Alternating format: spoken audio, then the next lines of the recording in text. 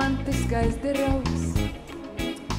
Bet man liekas, šajā spēlē ir kāds cits, kurš gudrāk spēlē, un tas ir viens cits.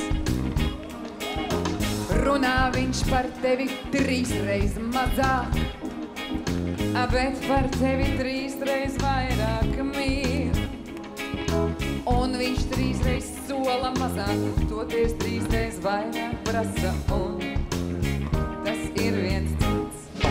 Viņš ir cits, un tāpēc tev ir jāatkāpjas romantiskās sāpes, kas tev sirdī rāpjas. Tev ir jāatkāpjas, tev ir jāatkāpjas, jo pār šogu rāpjas dvēselē man cits.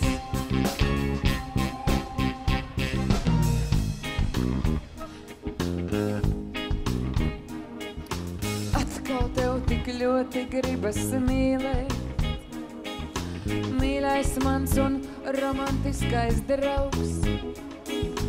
Bet man liekas, šajā spēlē ir kāds cits, kurš gudrāk spēlē, un tas ir viens cits. Runā viņš par tevi 3 reiz mazāk, bet par tevi 3 reiz vairāk mīl. Un viņš 3 reiz sola mazāk, toties 3 reiz vairāk prasa, un tas ir viens cits.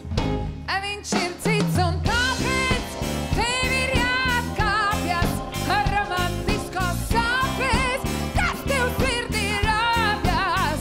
Tev ir jāatkāpjas,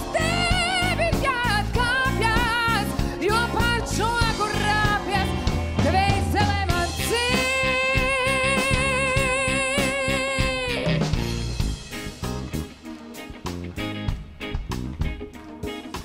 Bet ja tev tik ļoti gribas mīlēt, retro mans tik sen latviskais draugs, tad tev būs daudz gudrāk spēlēt, tā kā prot tas svešais spēlēt, tā kā pieprot cits.